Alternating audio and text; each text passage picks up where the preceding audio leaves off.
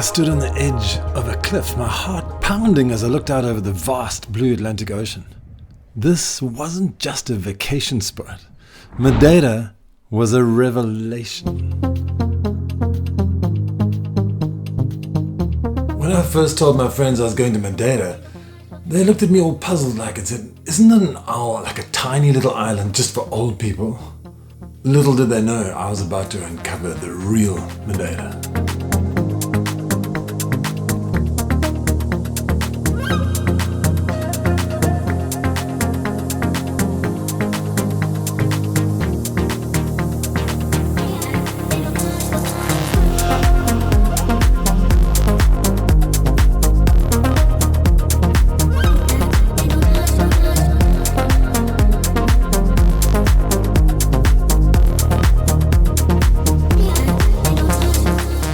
I'm about to bust 9 common misconceptions about the beautiful island of Madeira. From its climate to its culture, join me on a journey that reveals the true essence of this European gem. Let's dive in. But before we do that, I made this cool little advert. Let me know what you think.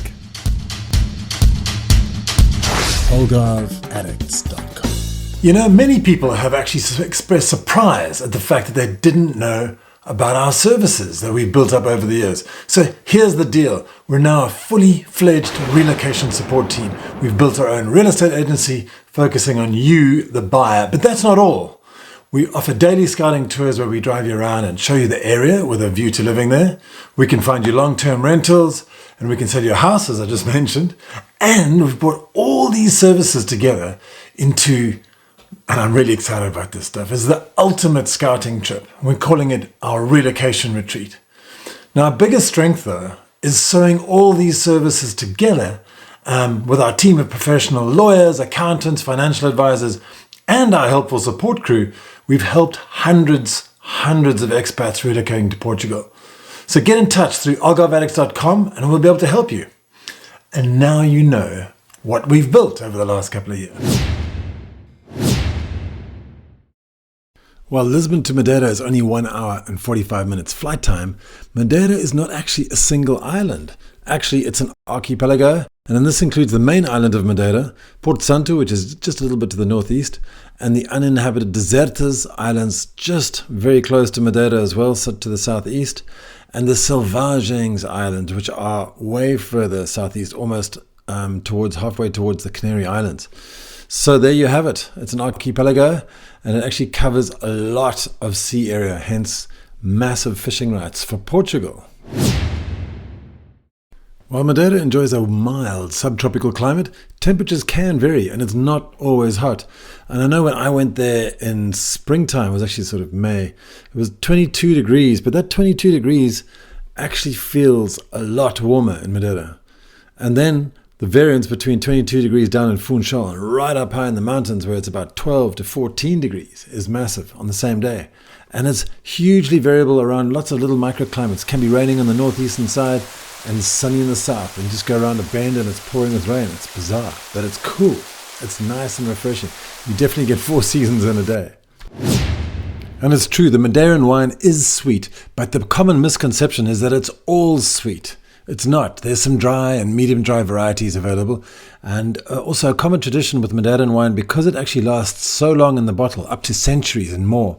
It's common, very common, to buy your son or daughter a bottle from their date of birth. So it'll last with them as they grow older. And we bought our daughter one from 2007.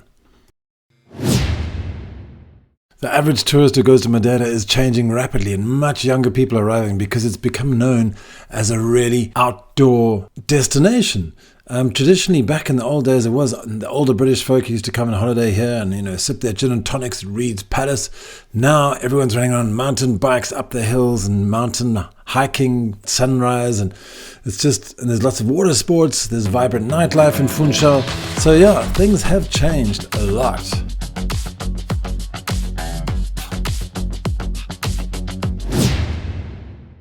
The fifth misconception is that Madeira is difficult to get to.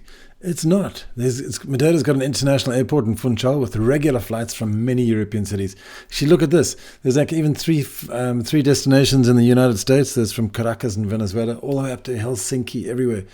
So it's pretty easy to get to Madeira, and if you really get stuck, you can always fly to Lisbon and then Lisbon direct to Funchal. And as I said, it's only 1 hour and 45 minutes. So there's about 42 flights a day on average. So it's becoming very, very busy.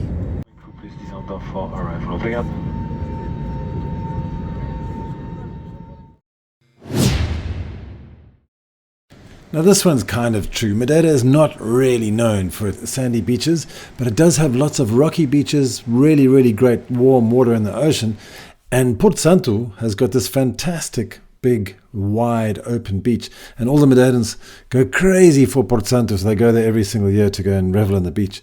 But the rest of the time we've got rock pools, and they're called lidos, and they're all over the place, and some of them are awesome. We went up to Porto Muniz in the northern area of, on the north coast of Madeira, and just next to the hotel where we were staying was a beautiful tidal pool called Doca do Cavacas.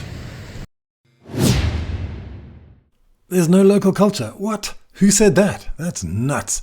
Madeira has a rich cultural heritage, including traditional music, dance, and festivals. I mean, check this out. There's the Madeira Carnival, the Madeira Flower Festival, the Atlantic Festival, the Madeira Wine Festival, the Columbus Festival, Madeira Nature Festival, and then there's Christmas and New Year festivities, and a bunch of other little smaller festivals throughout the year.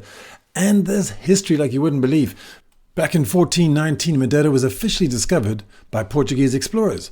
And the credit for the discovery goes to João Gonçalves Zarco and Tristão Vaz Teixeira, and another guy called Perestrello, Bartolomeu Perestrello, was also involved at a later stage, and his daughter actually went on to marry Christopher Columbus. So how's that? It's just a summer destination.